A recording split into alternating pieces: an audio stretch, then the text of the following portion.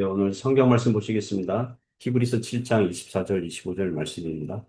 예수는 영원히 계심으로 그 제사장 직분도 가리지 아니하느니라. 그러므로 자기를 힘입어 하나님께 나아가는 자들을 온전히 구원하실 수 있으니 이는 그가 항상 살아 계셔서 그들을 위하여 간구하심입니다.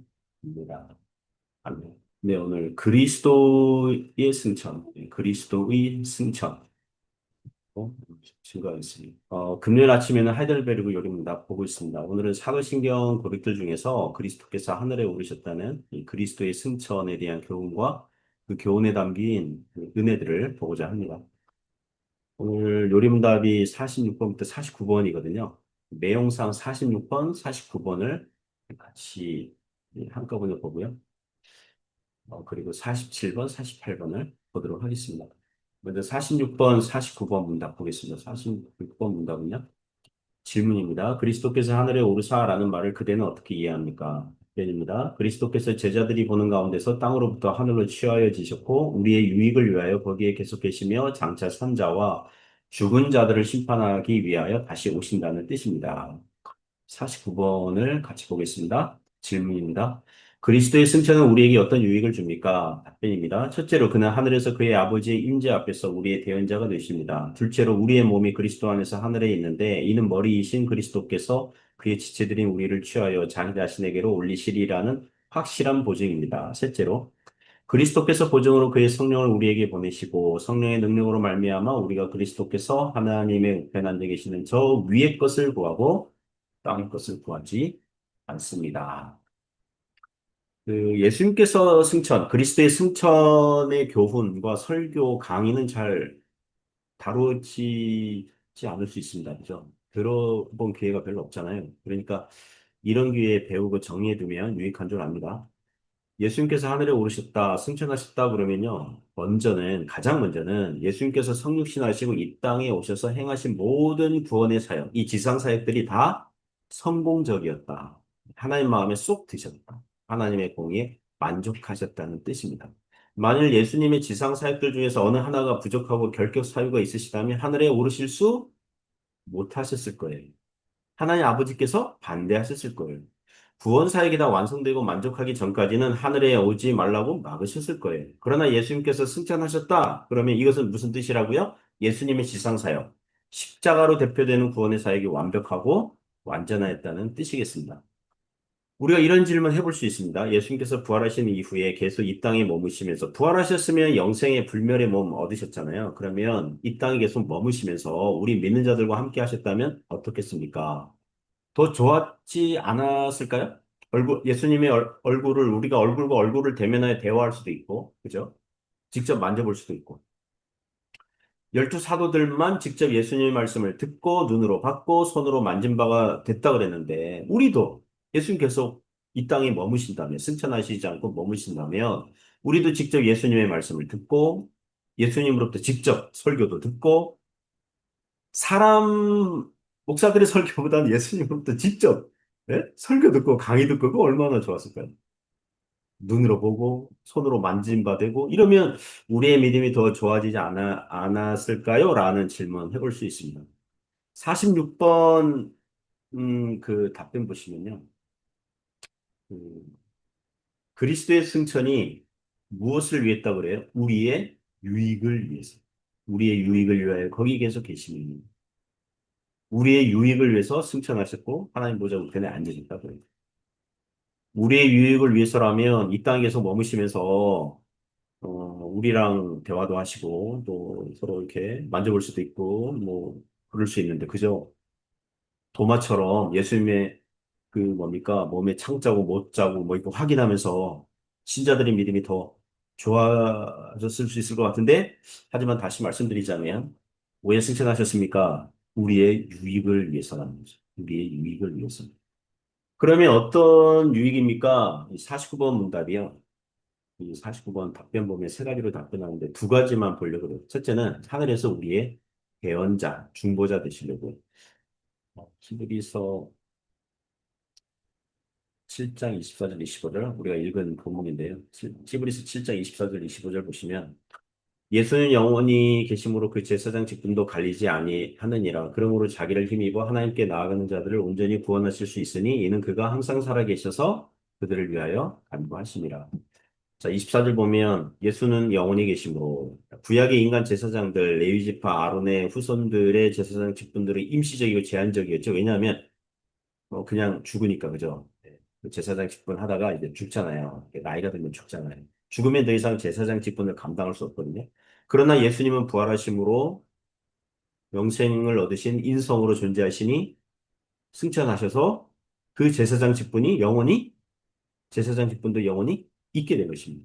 그래서 예수님을 의지하여 하나님께 나아가는 자들을 온전히 구원하실 수 있게 된 거예요. 25절 보면 그러므로 자기를 힘입어 하나님께 나아가는 자들을 온전히 구원하실 수 있으니 온전히 구원하실 수 있으니 여기서 온전히라는 이 헬라어 단어가 영원히 그리고 끝까지 이런 거죠. 시간적으로 영원히 끝까지 구원하신다. 왜냐하면 그가 항상 살아계셔서 신자들을 위하여 강구하시기 때문에. 그래서 참된 신자들은 혹시 죄에 넘어지는 일이 있더라도 아주 멸망에 이르도록 타락하진 않고요. 아주 완전히 하나님 떠나는 일은 없어요. 반드시 회개하여 돌아오게 되어 있습니다. 그래서 신자들은 요한일서 2장 1절에 나오는 것처럼 자녀들아 내가 이것을 너희에게 쓰면 너희로 죄를 범하지 않게 하려 함이라. 죄를 범하면 안 되죠. 그죠? 거룩하게 살려고 그래야 되죠. 그러나 만일 누가 죄를 범하여도 만일 누가 죄를 범한다면 그럼 어떻게 하죠? 용서받을 길이 있나요? 있죠. 아버지 앞에서 우리에게 대언자가 있습니다. 여기 대언자라는 말은 이제 그 중보자라는 뜻이죠. 대언자가 있습니다. 곧 의로우신 예수 그리스도신. 오늘날 신앙생활을 하면서 혹시 죄에 넘어졌다면 회개하면 하나님께서 용서해 주시는데요. 그때 하나님께서 용서하시는 근거와 기준이 무엇입니까? 한번 잘 들어보세요. 우리가 하나님으로부터 용서받으려면 우리가 눈물을 많이 흘리면서 기도해야 될까요? 하나님은 우리를 보실 때 우리가 얼마나 진정성 있게 용서해 달라고 하나님께 구하느냐 그거 보실까요? 물론 그것도 중요하겠지만 우리가 자신의 죄에 상응하는 처벌과 징벌을 감당하면 될까요?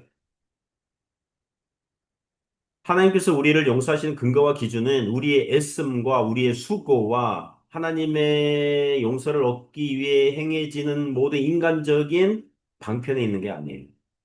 우리의 회개의 모든 것들은 우리의 의와 우리의 선행을 의지하는 게 아니라 우리의 중보자 대신, 우리의 대언자 대신 예수님을 의지하면 되는 줄 믿습니다.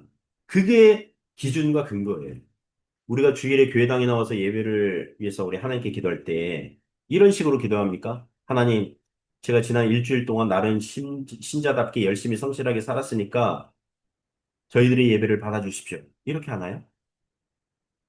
나는 다른 믿음이 약한 신자들처럼 타락하지 않았고 모든 경건한 규례들을 지켰으니까 하나님께서 나를 축복하시지 않고는 못 베기실걸요? 이런 태도로 하나요? 내가 한 주간 신앙적으로 잘 살았으니까 내가 드리는 기도를 다 들어주셔야만 됩니다. 라는 방식과 태도로 하나님 앞에 나아갑니까? 그런 식으로 우리의 의를 의지하면 다 망합니다. 그래봤자 우리의 의는요, 50보 100보고 도토리 키재기예요. 그러면 어떤 태도, 어떤 방식으로 하나님께 나아가야 됩니까? 우리의 죄와 허물을 위해서 십자가에서 대신 형벌을 받으신 의로우신 우리의 구세주, 우리의 중보자 되신 예수님을 의지하는 방식인 것입니다. 그러므로 우리는 이렇게 기도해야 되겠죠. 하나님, 저는 부족하고 더러운 옷을 입은 자와 같습니다. 예수님 믿는다 그러면서도 종종 죄에 넘어지는 어리석은 자입니다. 그러나 부족한 이 죄인을 위해서 예수님께서 십자가에서 대신 죽으시고 나를 깨끗하게 하셨고 의롭다고 하셨으니 예수님의 얼굴을 보시고 예수님의 십자가 그 공로를 보시고 나를 용서하시고 받아 주옵소서. 이게 올바른 기도거든요. 그러면 하나님 아버지께서 예수님의 손을 꼭 잡고 나온 우리들을 외면하지 않으시고 쫓아내지 않으시고 마치 죄를 한 번도 지은 적이 없는 의로운 자들처럼 받아주시는 줄 믿습니다. 그게 우리의 중보자 되신 예수님을 의지하여 하나님 앞에 나온다는 교훈입니다. 그리고 49번 답변에서 우리의 유익을 위한 그리스도의 승천. 두 번째는 성령님을 주셔서 성령님 덕분에 신자답게 살도록 하시기 위함이죠. 아까 질문 중에서 만약 예수님께서 승천하지 않으시고 계속 지구상에 머무시면서 계셨다면 어떤 일이 발생할까요? 예수님 지금 나이가 계속 지상에 계셨다면 2000 2000살 넘으셨겠죠? 예, 2000년, 2000, 지금, 올해가 내년입니까? 2025년, 2025년. 뭐 2000살 넘으셨을 거 아니에요. 그죠? 그리고 예수님을 직접 만나려면 어떻게 해야 되죠? 예수님께서 이스라엘 예루살렘에 거주하고 계신다면 거기로 직접 비행기를 타고 가야 되겠죠? 근데 지구상에 수많은 기독교인들이 뭐 몇십억, 20억인가 지금 그렇게 추정하잖아요. 그 만나려고 왔을 테니까 번호표 뽑고 하염없이 기다려야 되겠죠. 그 우리 평생에 한 번 친히 가까이서 뵐 수 있을까 말까 할 거예요. 혹시 우리나라를 방문하면 뭐 예수님 카퍼레이드 하실 때 길가에서 어 잠시 헐깃 뭐 뵐 수 있을지 모르겠습니다. 그죠? 그렇잖아요. 그죠? 그러나 어때요? 우리 그 성경에 보면 요한복음 14장부터 16장까지 성령님에 대해서 이제 예수님께서 말씀해 주시는데 내가 제자들에게 내가 너희를 떠나는 게 너희에게 유익이다 이렇게 하시면서 성령님을 보내주시기 때문이다 이렇게 말씀하잖아요. 예수님께서 승천하시고 성령님을 보내주심이 우리의 유익을 위해서 더 좋은 것입니다. 그죠? 성령님 안에서 영적으로 예수님과 교통하며 사귀며 기도할 수 있고, 그죠? 그렇잖아요. 감동 감화를 주시고. 지금은 모든 신자들은 성령님으로 말미암아 우리의 구원의 보증이 되시고 또 우리에게 능력과 감화를 주시는 성령님으로 말미암아 거룩하고 경건한 의지로 예수님을 닮으며 살도록 인도받는 줄 믿습니다. 그래서 예수님께서 승천하시고 성령님께서 오셔서 영적인 감동 감화를 주셔서 여전히 예수 그리스도와 교통과 사귐을 갖게 하시며 하나님 아버지의 영광을 위해서 살도록 하시니 우리의 유익을 위해서 승천하셨다는 것입니다. 자, 그러면 47번, 48번 답변 그 문답을 보겠습니다. 47번 문답입니다. 질문이죠. 그렇다면 그리스도께서는 그가 약속하신 대로 세상 끝날까지 우리와 함께 계시지 않는 것입니까? 왜냐하면 승천하셨으니까. 예수님 승천하셨으니까 예수님께서 제자들에게 내가 세상 끝날까지 너희와 항상 함께 있으리라 약속하셨는데 승천해 버리셨거든요. 그러니까 질문 그걸 다루고 있는 거예요. 이 47번 문답. 질문이 그거죠. 그렇다면 승천해 버리셨다면 그리스도께서는 그가 약속하신 대로 세상 끝날까지 우리와 함께 계시지 않는 것입니까? 이런 질문 다루는 거죠. 답변이 뭐예요?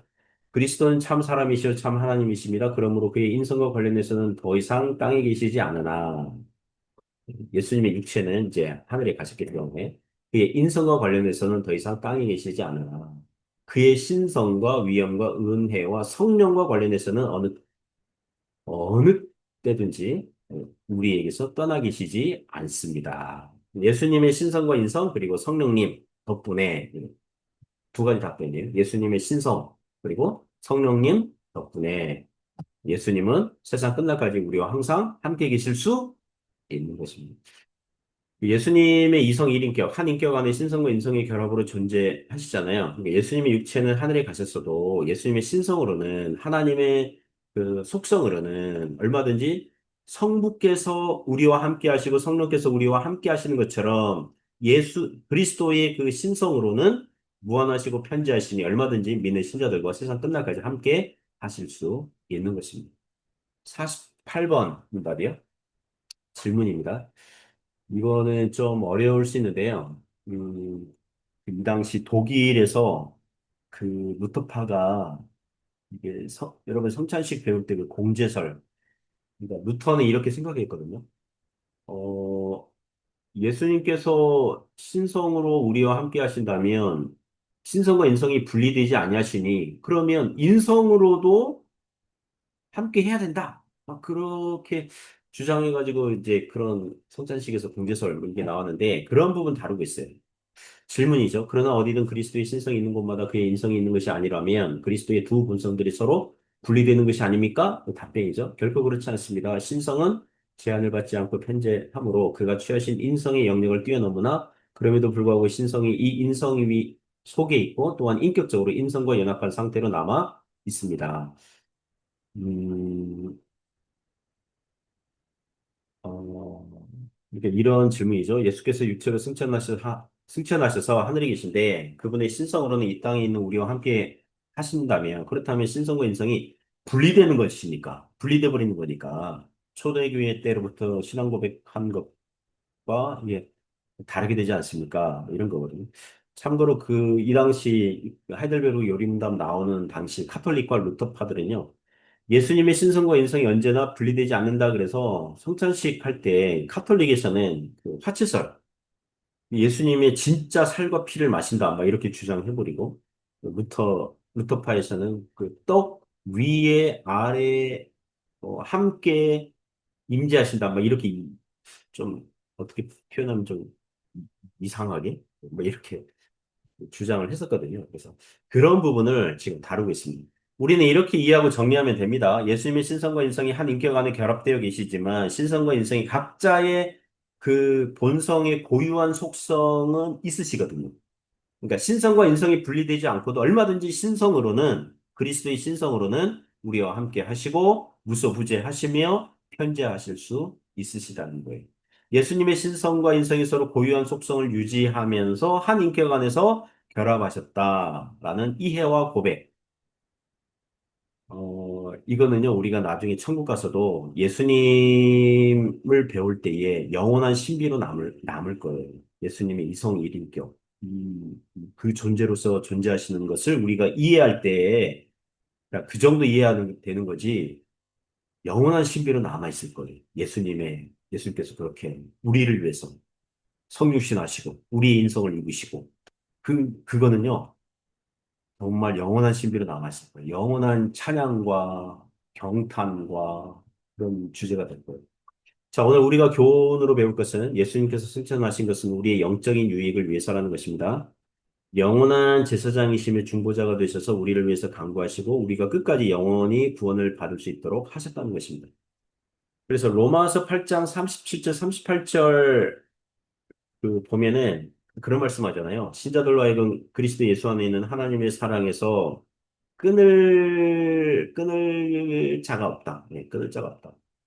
우리를 예수 그리스도 안에 있는 하나님의 사랑에서 절단 내려고 하나님과의 영적 교통과 사귐을 무너뜨리려고 하는 모든 시도들, 모든 존재들, 사망이나 생명이나 천사들이나 권세자들이나 현재일이나 장래일이나 능력이나 높음이나 기쁨이나 다른 어떤 피조물이라도 신자들이 세상에서 고난과 환난을 당하더라도 각종 파도와 폭풍을 만나게 되더라도 혹시 잠시 죄에 넘어지는 비참한 처지에 있을지라도 다시금 회개하여 주님 앞에 나오게 하시니 신자들을 하나님의 사랑에서 끊을 자가 없을 것입니다.